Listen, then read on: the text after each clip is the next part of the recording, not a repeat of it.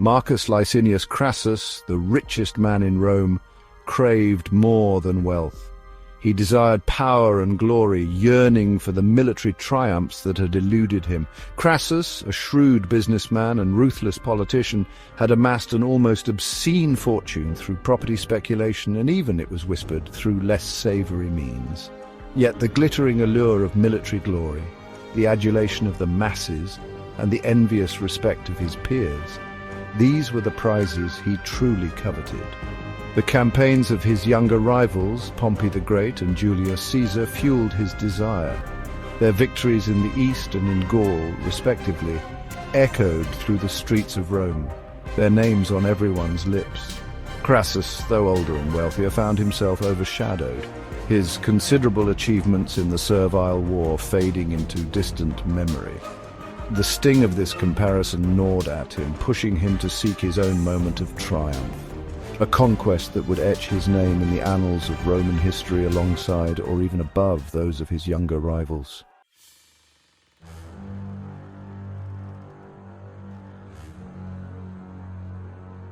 The spectre of Spartacus, the rebellious gladiator who had thrown Rome into chaos, haunted Crassus's ambition.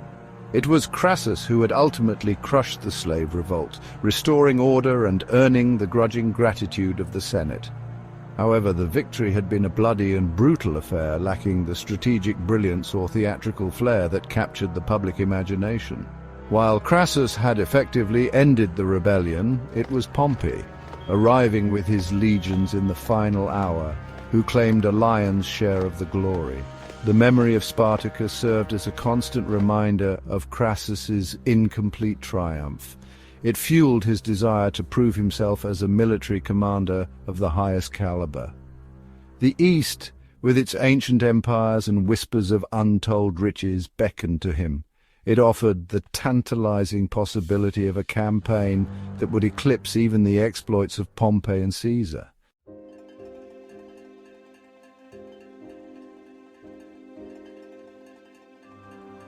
Crassus was a man of contradictions, a ruthless pragmatist and a dreamer obsessed with glory, a shrewd businessman blinded by ambition.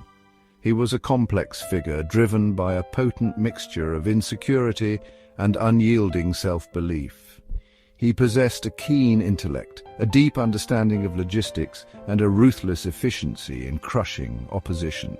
Yet he also harbored a fatal flaw, an insatiable appetite for wealth and glory that often clouded his judgment. This internal conflict, the clash between pragmatism and ambition, would ultimately prove to be his undoing. In his relentless pursuit of a legacy-defining victory, Crassus allowed his judgment to be swayed by greed and impatience. He underestimated his enemies, ignored the counsel of his advisors, and marched his legions into the scorching deserts of Mesopotamia.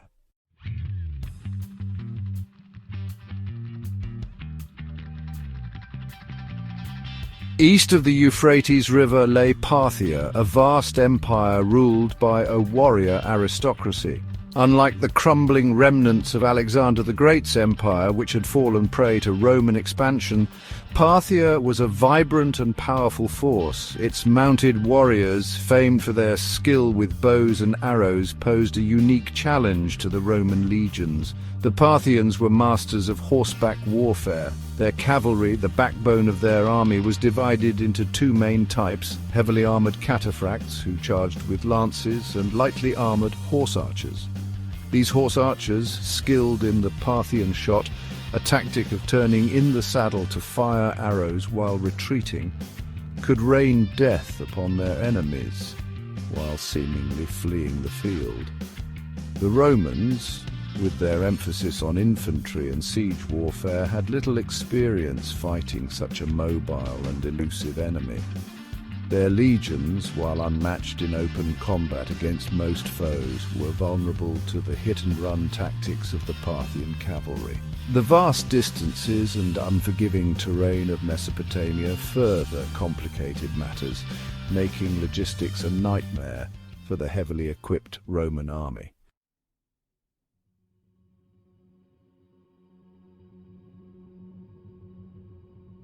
Section 2. Carrhae, Crossroads of Empires.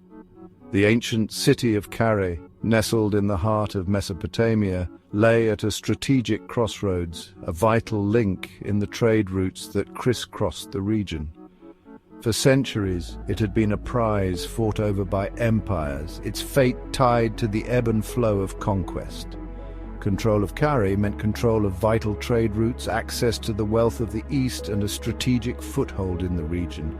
For Crassus, Carrhae represented more than just a military objective.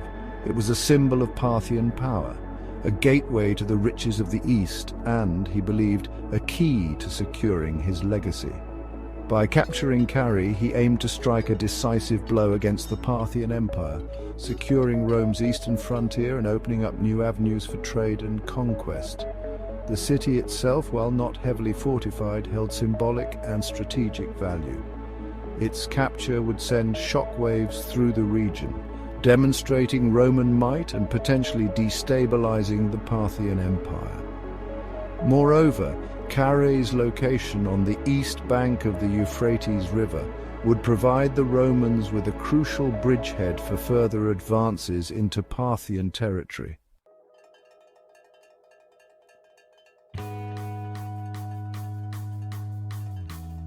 Section 3. Crassus's choice, a calculated risk. Crassus's decision to invade Parthia was not one made lightly. It was a calculated risk driven by a potent combination of ambition, greed, and a desire to emulate the military successes of his rivals. He had spent years preparing for this campaign, amassing a vast army, and accumulating a war chest that would have made even the wealthiest Roman envious.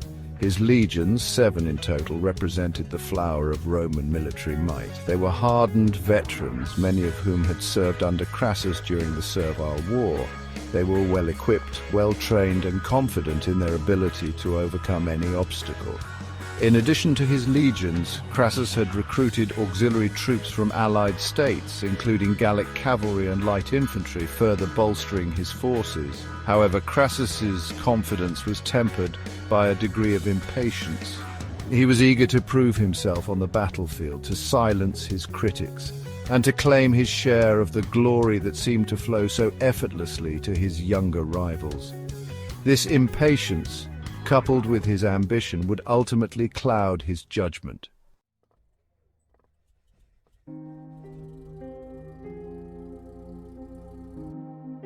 Section 4. Omens and Warnings, Seeds of Doubt. As Crassus prepared to lead his army across the Euphrates River, a series of ill omens and warnings cast a shadow over the Roman camp. Soothsayers interpreting the entrails of sacrificed animals spoke of impending doom. Birds of prey circled ominously overhead, as if anticipating a feast of Roman flesh. Even the usually stoic Crassus, a man not easily swayed by superstition, was visibly troubled by these portents. His advisors, men of experience and caution, urged him to reconsider his hasty advance. They pointed out the dangers of engaging the Parthians in open battle, the logistical challenges of campaigning in the Mesopotamian desert, and the wisdom of a more cautious approach. Cassius, Crassus's experienced legate, argued in favor of following the course of the Euphrates River, where the Romans would have access to water and could better protect their flanks from the mobile Parthian cavalry. However, Crassus, blinded by ambition and eager to engage the enemy, dismissed these warnings as mere superstition and cowardice. He was confident in the superiority of his legions, convinced that Roman discipline and training would prevail against the Parthian hordes. He chose to ignore the omens, the warnings of his advisors, and the lessons of history, setting in motion a chain of events that would culminate in one of the most disastrous defeats in Roman military history.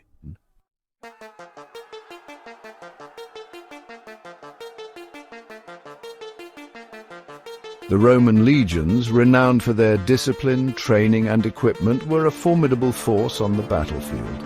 Their signature formation, the legions were masters of open combat, capable of breaking enemy lines with their disciplined charges and withering volleys of javelins.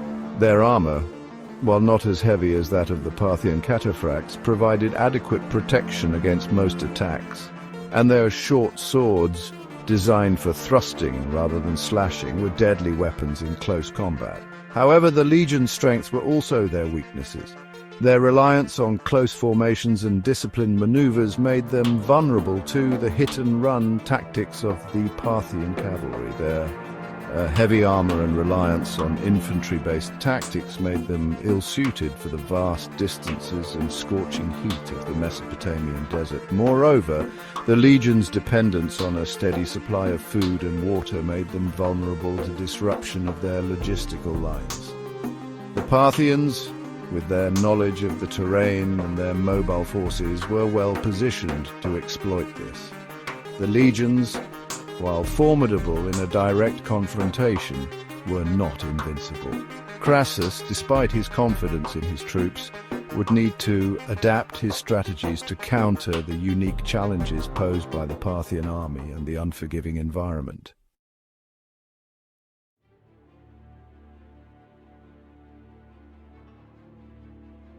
The Parthian army was built around its cavalry. Masters of mounted warfare, their horses bred for endurance and speed. Their tactics centered around mobility and ranged combat. The Parthian army had heavily armored cataphracts and lightly armored horse archers. Cataphracts charged with lances, breaking enemy lines. Horse archers harassed the enemy with deadly arrows. Their most devastating tactic was the Parthian shot. This made the Parthians a difficult enemy to defeat. The Romans faced a formidable challenge in the Parthian cavalry.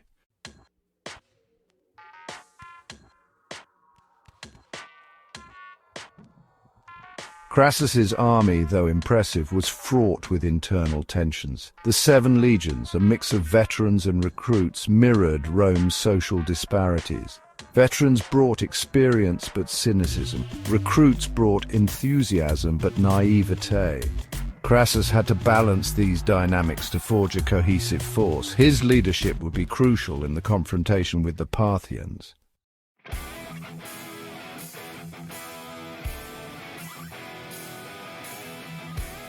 Leading the Parthian forces was Surena, a young general whose strategic brilliance belied his age. Known for his cunning, charisma, and mastery of both diplomacy and warfare, Surena was a formidable opponent.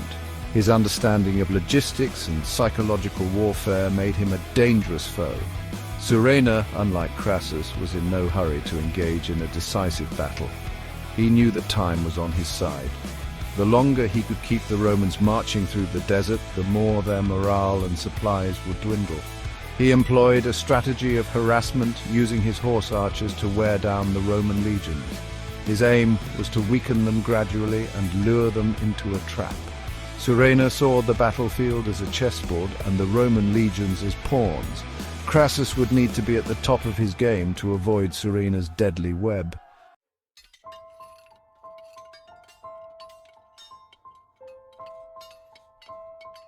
The Roman army, after crossing the Euphrates River, marched through the desolate plains of Mesopotamia, the scorching sun beating down on their heavy armor. The terrain offered no respite from the heat, making each day's march a grueling test of endurance. Crassus pushed his legions forward, eager for a swift victory. The Parthians, true to Surena's strategy, avoided direct confrontation. Instead, they shadowed the Romans, launching volleys of arrows before retreating. These hit-and-run attacks wore down the Romans, chipping away at their morale. The legionaries grew increasingly frustrated by this elusive foe. Crassus felt the pressure, caught between his ambition and the need for caution. The desert amplified his anxieties, mirroring the uncertainty gnawing at his resolve. The waiting game had begun, a test of wills between 2 proud armies.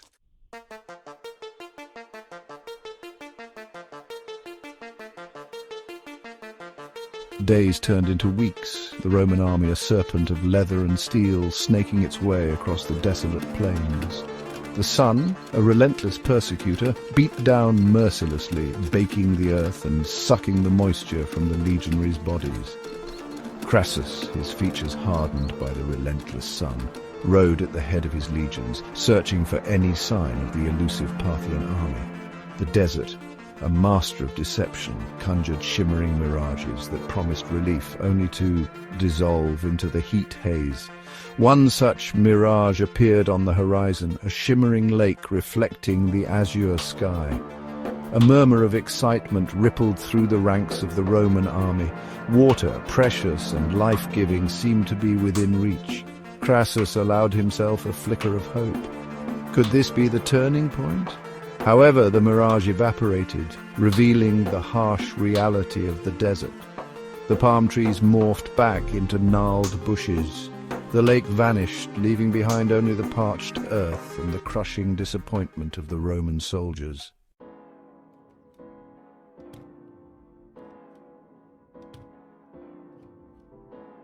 Section 2. The Testudo Formation, a futile defense. The Romans, marching into the Mesopotamian plains, faced the Parthian army's harassing attacks. Parthian horse archers, swift and deadly, pierced Roman armor, sowing panic. Crassus ordered the Testudo Formation to protect against missile fire. The Testudo deflected arrows but was futile against hit-and-run tactics. The Parthians circled the Romans, exploiting gaps and hesitation. The Testudo trapped the Romans in unbearable heat, turning it into a furnace.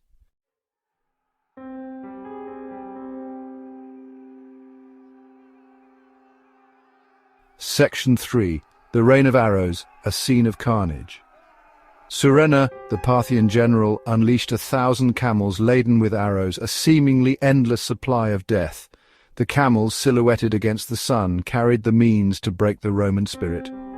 Parthian horse archers rained down a relentless barrage of arrows upon the Roman formations. The sky darkened, the air thick with arrows, the cries of the wounded. The Testudo, once a symbol of Roman invincibility, now offered little protection. Arrows pierced through gaps in the Roman armor, extinguishing lives with each strike. The ground transformed into a macabre tapestry of broken bodies, discarded shields, and spent arrows.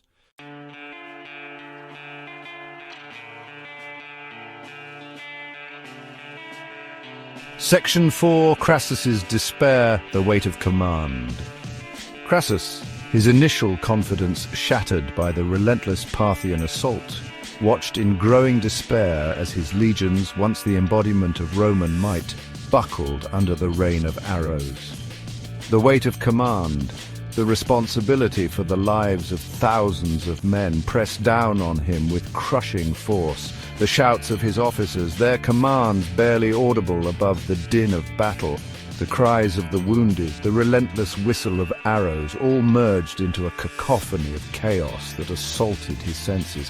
His carefully laid plans, his dreams of conquest and glory, lay in ruins around him, trampled under the hooves of the Parthian cavalry, shattered by the deadly accuracy of their archers.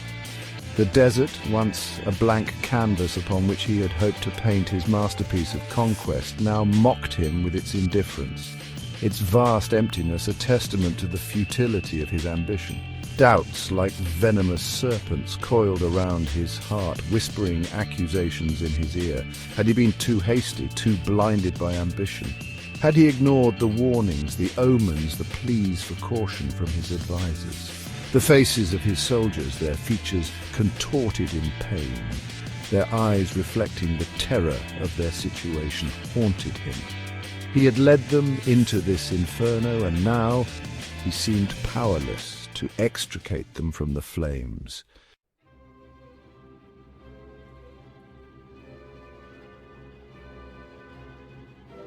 The Parthian strategy, a deadly dance. Surena, the Parthian general, observed the unfolding chaos with a cold detachment, his mind a whirlwind of calculations, his eyes missing nothing. He had anticipated the Romans' every move, turning their strength into weaknesses, their discipline into a liability. The desert, his ally, amplified the Romans' discomfort, sapping their morale with each passing hour. He had lured them into a deadly dance, a waltz of death where he set the pace, controlled the rhythm, and dictated the steps. His horse archers, their movements as fluid and graceful as a hawk's flight, were the instruments of his will, their arrows the notes of a deadly symphony. They attacked and retreated with impunity, their aim unwavering, their quivers replenished from the seemingly inexhaustible supply carried by the camels. The Romans, trapped in their cumbersome formations, were easy targets, their attempts at pursuit futile against the Parthians' superior mobility. Surena, a master strategist, knew that a direct assault on the Roman legions, though tempting, would be costly and unnecessary. He would let the desert, the heat and the arrows break their spirit, whittle away at their resolve until they were ripe for the final crushing blow. He had set a trap, and the Romans, blinded by pride, ambition and the shimmering heat haze, had marched willingly into its jaws.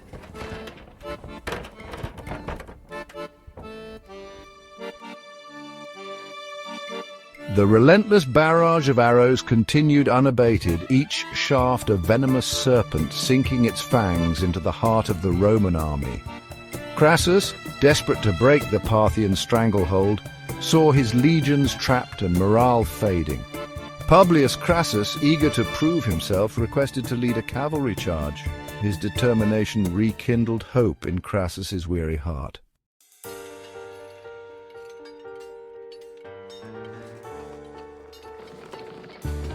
Publius Crassus, a veteran of Caesar's campaigns in Gaul, had earned a reputation for courage and tactical acumen. He'd witnessed firsthand the effectiveness of the Gallic cavalry, their ability to break enemy lines. He argued passionately with his father that a well-timed cavalry charge could disrupt the Parthian formations. Crassus, observing the fire in his son's eyes, felt a surge of paternal pride. He saw in Publius a reflection of his younger self, the ambition, the courage. He knew the risks, but recognized the desperation of their situation. The legions were faltering under the relentless Parthian assault. A bold stroke was needed, a gamble that could break the stalemate. With a heavy heart, Crassus granted his son's request. He embraced Publius, their armor clinking, a father's love and a general's hope. He watched as Publius rallied his cavalrymen, their swords gleaming, ready to break upon the Parthian lines.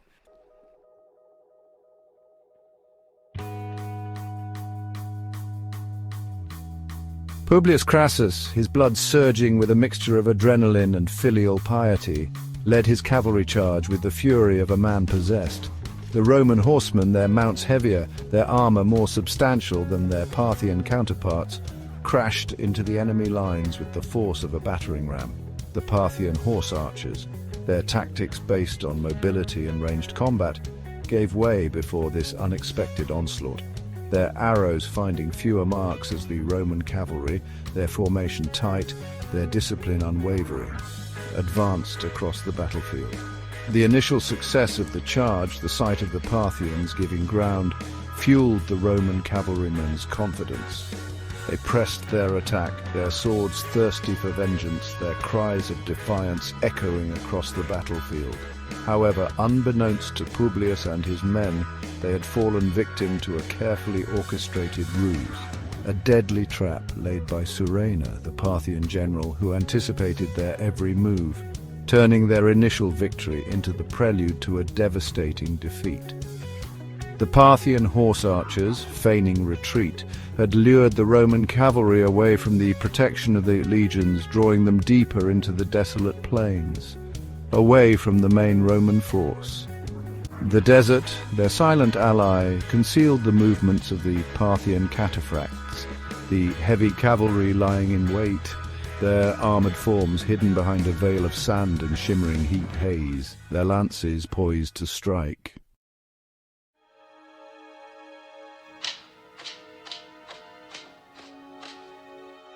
The Roman cavalry, their formation becoming increasingly disordered as they pursued the seemingly fleeing Parthians, found themselves surrounded, the desert closing in on them like a tightening noose. The Parthian horse archers, their retreat a carefully orchestrated illusion, reappeared on the flanks, their arrows guided by an unseen hand, finding gaps in the Roman armor, their deadly rain resuming with renewed intensity. From the swirling dust and shimmering heat haze emerged the Parthian cataphracts, their armored forms resembling mythical creatures, their lances lowered, Their charge, a thunderous wave of muscle and steel crashing into the exposed flank of the Roman cavalry. The impact, the sound of metal against metal, the cries of men and horses created a maelstrom of chaos and carnage. The Roman cavalry, caught off guard, their formation broken by the suddenness of the attack, fought back with the ferocity of cornered wolves. But they were outnumbered, outmaneuvered, and outmatched. Their heavier armor, their superior weaponry offered little protection against the Parthians' hit-and-run tactics, their flanking maneuvers, their ability to strike and vanish before a counterattack could be organized.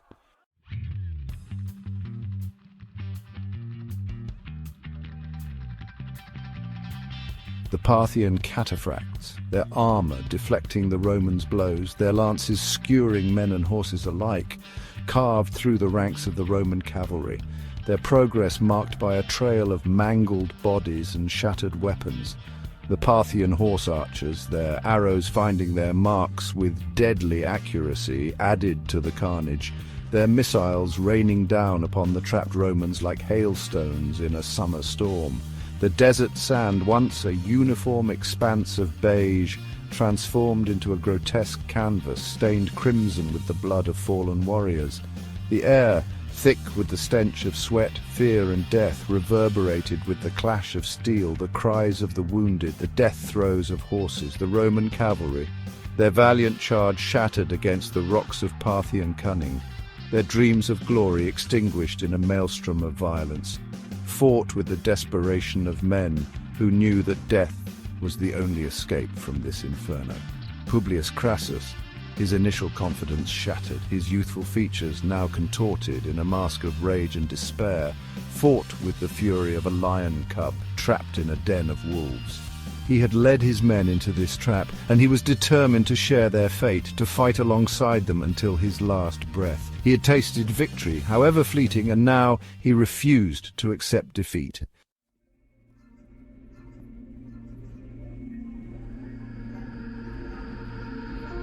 Crassus, his heart pounding in his chest, watched in horror as the Parthian trap closed around his son's cavalry.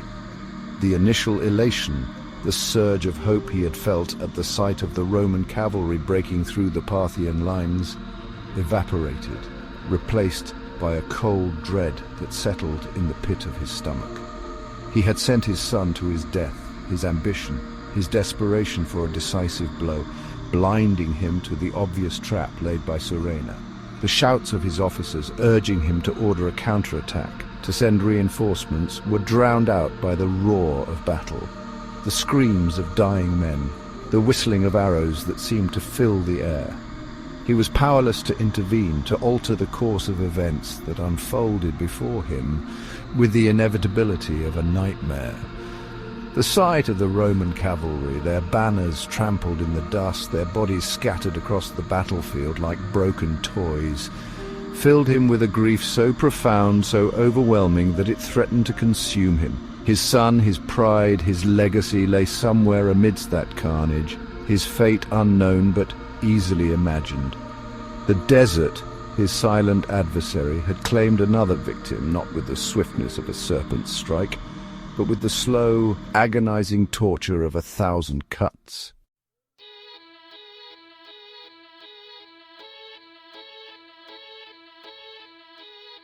The sun, a malevolent eye, began its descent, casting long shadows across the battlefield. The air, thick with the stench of death and dust, offered no respite from the heat. Crassus, numb with grief, ordered a retreat.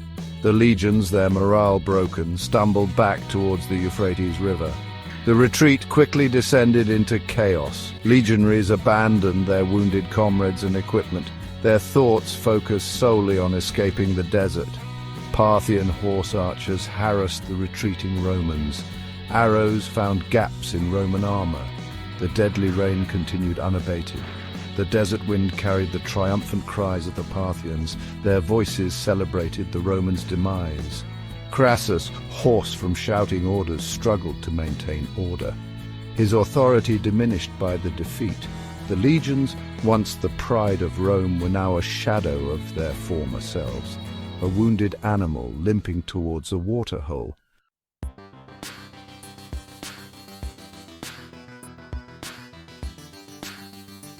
As darkness enveloped the desolate plains, the Roman retreat took on a nightmarish quality. The legions, disintegrating into a panicked mob, stumbled through the darkness, their movements hampered by heavy armor. The desert night offered no comfort, the air thick with dust and the cries of the wounded. The Parthians, guided by the stars, continued their harassment, their arrows finding their marks with chilling accuracy. Crassus, his spirit broken, rode amidst his demoralized men, his dreams of conquest replaced by despair. He had staked everything on this campaign, now reaping only a bitter harvest of defeat.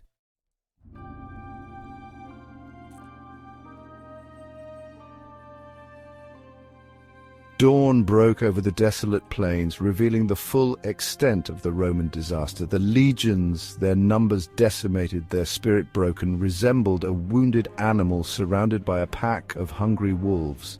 The Parthian army, fresh and invigorated after the night's pursuit, closed in for the kill, their movements deliberate, their confidence palpable. The desert, once a silent adversary, now seemed to pulsate with the rhythm of the Parthian drums, the air thick with the anticipation of the final kill. Surena, the Parthian general, a master strategist who had orchestrated the Roman defeat with chilling precision, rode at the head of his army, his gaze sweeping across the battlefield, assessing the enemy's weakness, savoring his victory. He had outmaneuvered the Romans at every turn, turning their strengths into weaknesses, their discipline into a liability.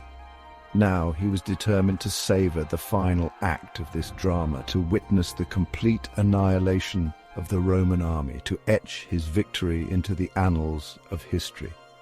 The Parthian horse archers, their quivers replenished, their aim unwavering, unleashed a final devastating barrage of arrows upon the trapped Romans.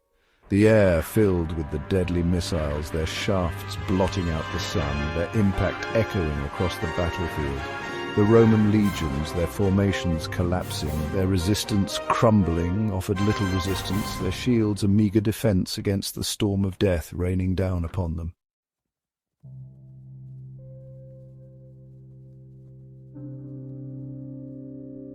Section 4. The Final Stand. A hopeless defense, Crassus, his body aching, rallied a small contingent of loyal legionaries for a final desperate stand.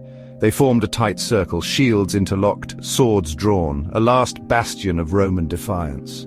The Parthian attack was swift and merciless. The cataphracts charged, shattering shields, breaking bones, extinguishing lives. Horse archers added to the carnage, their arrows piercing through gaps in the Roman defenses. The Roman legionaries fought with the ferocity of cornered animals, their courage born of desperation. They fought until their swords were dulled, their shields shattered, their bodies pierced by countless wounds. Crassus, his armor battered, fought with the fury of a man possessed.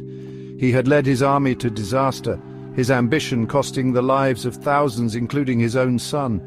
Now he was determined to die a soldier's death, to meet his fate with courage.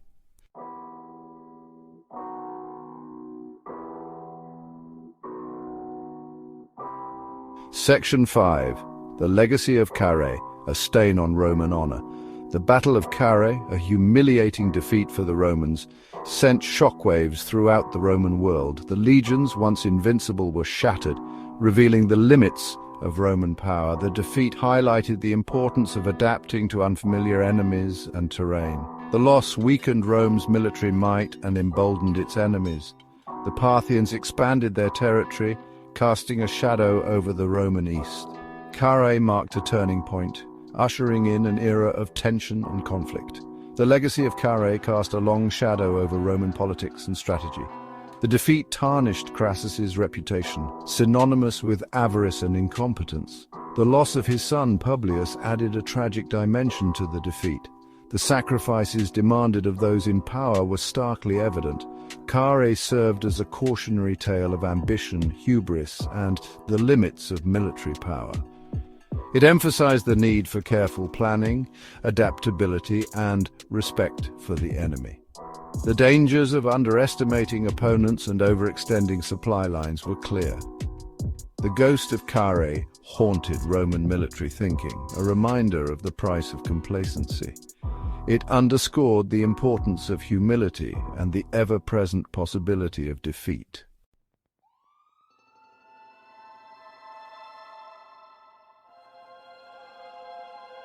Section 1. The Resonance of Defeat. The Battle of Carrhae, a resounding defeat that echoed through Roman history, exposed the vulnerabilities of the Roman legions and the strategic brilliance of their Parthian adversaries. Crassus's ill-fated expedition into Mesopotamia ended in catastrophe, staining the desert sands crimson with Roman blood. The defeat at Carrhae shook the Roman Republic, weakening its military might and emboldening its enemies. The Parthians, their prestige enhanced, gained control of key trade routes and expanded westward. The ghost of Carrhae haunted Roman military thinking, a reminder of the Parthian threat and the need for new strategies.